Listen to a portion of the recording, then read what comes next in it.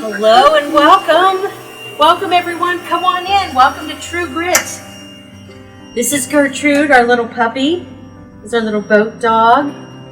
She does really well on the boat. Come on in. Let me give you a tour. You are in the kitchen in the salon right now. Refrigerator drawers. Space is at a premium. So we have 2 refrigerator drawers. We have freezers upstairs. We have our sink here. This is great space saving because we do microwave, oven, and well, it's a convention, no, but the other one, air fryer. Air fryer. It does all 3. So on a boat, storage is everything. Real estate is everything. They make use of every little nook and cranny. So this is where we store a bunch of food and snacks in the floorboards here. Panini machine. We also keep a crock pot on board. But I thought this was really cool. I didn't realize all the little nooks and crannies where things are stored. All right. This is where we eat all our meals. Our TV's here. And so this is sort of our living room and our kitchen. This is the downstairs helm. So Curtis usually drives the boat from upstairs, but if it's really cold or bad weather, he can drive the boat from here. So come on down here. This is the master.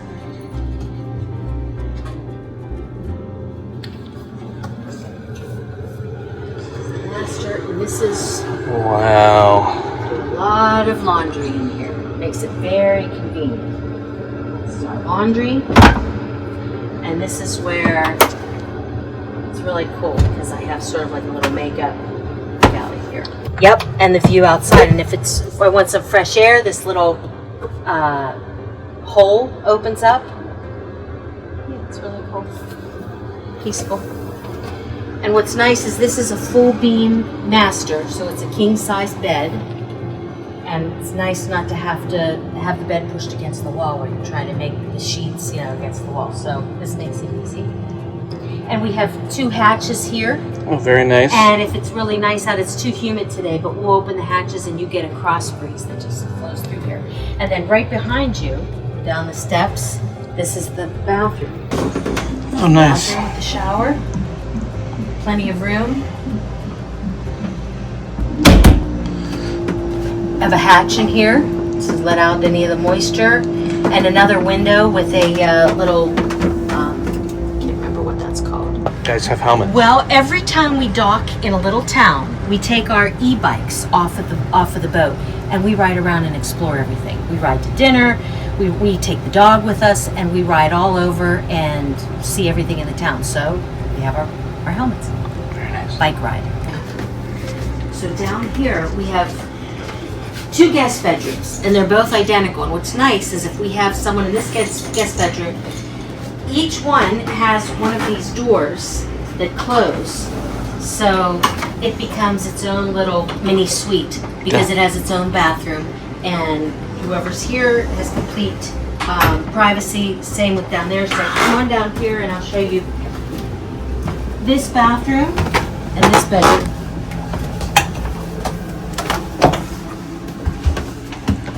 So these are, each one has a queen size bed.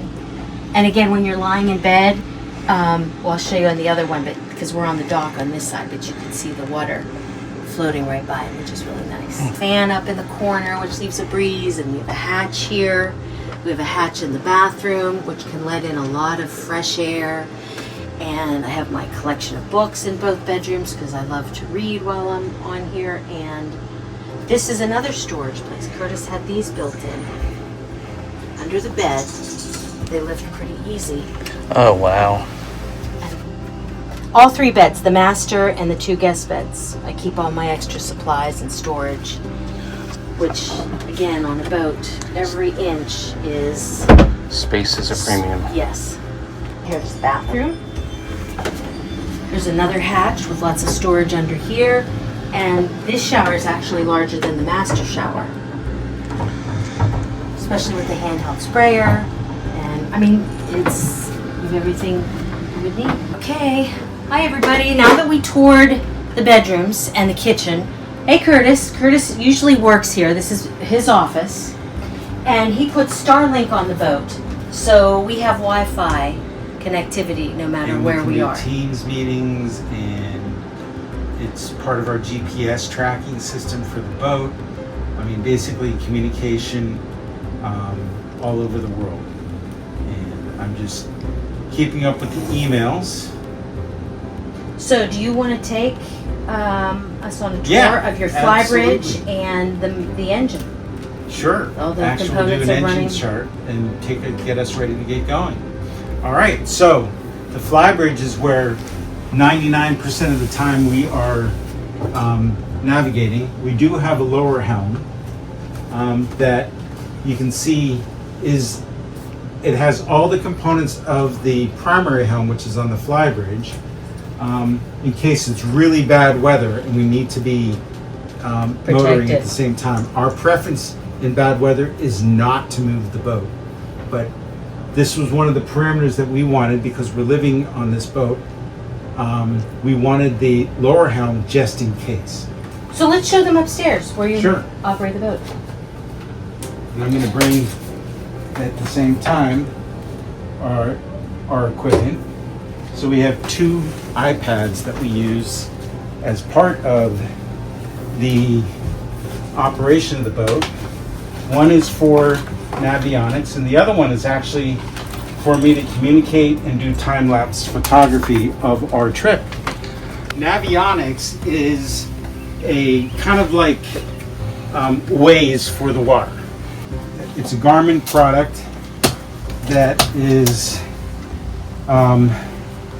mapping auto route. So once we put in where we want to go, it gives us, based on the depth soundings, the safest route that it believes that you should take. But I wouldn't rely 100% on that because it's constantly changing. The buoy markers, red and green, is what you always need to use, not just follow the theoretical map of where to go. It's been wrong. The red and green that you referred to, what one is one side with the other? Red right return, unless you're on the intracoastal. So on the intracoastal, red means land and green means ocean. So you constantly need to know where you're at, whether you're on the intracoastal or whether you're on a river water passage. Because if it's river water passage, maybe I'm not saying it the right way, but red right return is the rule. Right? So when you're going back home or upstream, that's what you use to navigate. The engines are on. 88 degrees is the temperatures. We've got 70% of fuel in the tanks, and 1122 hours on our port engine, and 1118 hours on our starboard engine, and we are projected to do another oil change at 1300 hours. All right, so everything looks good. So in this case, this engine room, you've got to step on the engines, which are designed for that. Well, the first thing I'm listening for is the exhaust fan to make sure that we're exhausting out the heat. And I'm checking different things. So I'm just looking all the way around. Is anything loose? Is there something, do we have unnecessary or significant water in the engine room? Is there something leaking? I do a basic check against our seat cocks, make sure that they have water. I have a generator seat cock as well, but we rarely use that, so that's I won't do a generator check right now. I'm just looking. My fuel filter what you want to do is look for water in your fuel, and it's very clean and clear. There's no separation. All right, so just like the other engine room,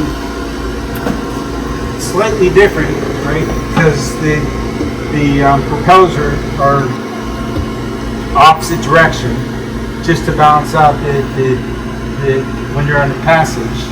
All right, so we're doing the same thing here. In this case, I've got a water maker, which also, this is part of the Spectra water maker, so we can make water anywhere. I've got a reserve fuel tank with a pump system to pump into the port and starboard fuel tank. And then we have a variable frequency drive, 8,000 BTU to 50,000 BTU chiller plant for the air conditioning. This is a very energy efficient Webasto, and it's also heated. All right, so that looks good.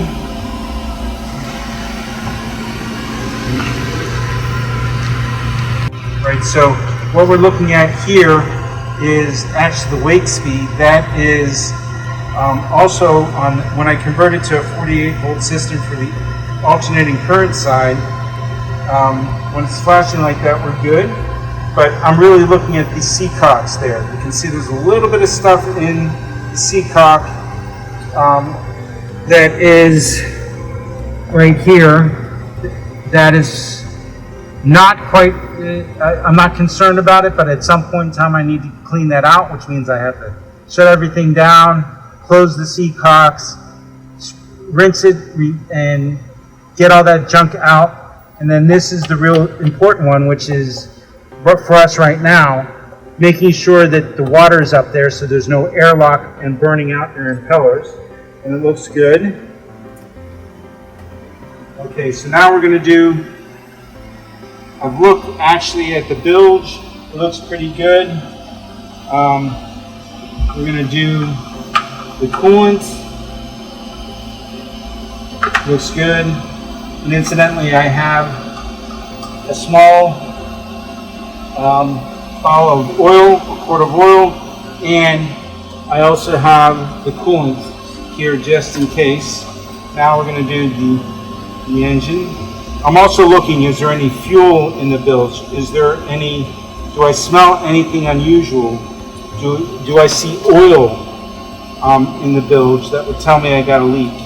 So I'm looking at this, and we are at the just shy of the max point for our oil, so we're good. We haven't burned any additional oil. We don't have to supply additional oil, so we're good to go. Right now I'm going to be turning our system to inverter only and not taking shore power. So you always want to turn off the system. So this is the controls for the system which we'll go in. So it says absorption. That means it's taking power from the shore, and we're going to go to change that to inverter only. Now we're running off our battery system and our alternators off of the motor. But we're 100% topped off, and we're going to stay that way because it's sunny and we're running our motors. All right, honey, I'm ready. You untie and just slip it off. So we're being driven into the wall, honey, again. All right, I'm going to be playing bumper pool here a little bit.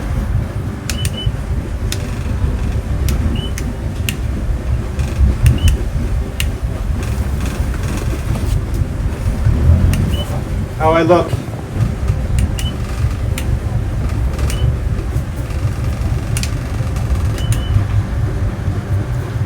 Russ, what are you doing? Whoa, whoa, whoa.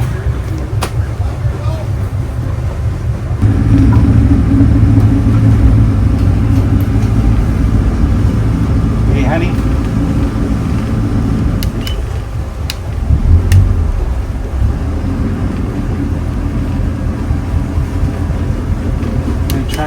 here. Right.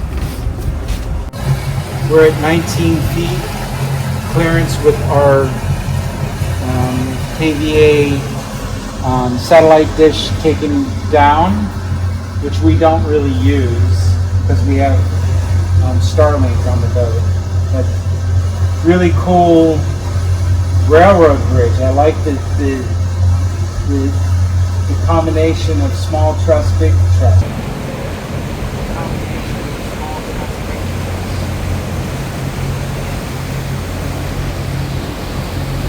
So, one really tricky thing is cooking on a boat. Not tricky, but you know, it's not as easy as in your house. And I'll point out what I have here.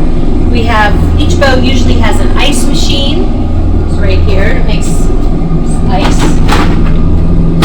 Coffee machine. And then over here in the kitchen, the salon, 2 refrigerator drawers. And upstairs on the flybridge we have our freezer. We have 2 big freezers. This microwave's a microwave. It is a convection oven, an oven, and also a air fryer. It's the right marinas to go to. Well, it's research, and it's calling ahead, usually a day in advance. We found that we've always been able to get availability, and if we don't, then we find an anchorage close by. We do prefer to anchor a lot versus being in a marina. It really depends where we're at and how picturesque it might be. What are the challenges that we faced on the loop? Well, let's start with the first one, knowledge. You don't know what you don't know until you start encountering it. Everything is a new location, new parameters, new issues. Just, is it, how are you going to approach the dock? Are we docking? Are we anchoring? What is the weather conditions? What are the currents? What are the currents? And the proverbial stuff happens. Like going sometimes you get a strong current. Yep. You don't expect it, and the boat just sort of starts to go into the dock, and you can't stop it. And you have to make sure you have all your fenders down, or your boat gets scratched. Right. Or you have to anticipate those conditions, interpret it. Almost like a split second. You start realizing what's going on, and you have to accommodate for those issues. I like to say it's hours of enjoyment with 5 minutes of sheer terror. One funny thing I want to point out that everybody comments on, our glasses, everything that we have. I wear a fanny pack nonstop because my phone will just fall right into the water. If we bend over to grab a rope or do anything. And the glasses all have these, here, hold this a second. All have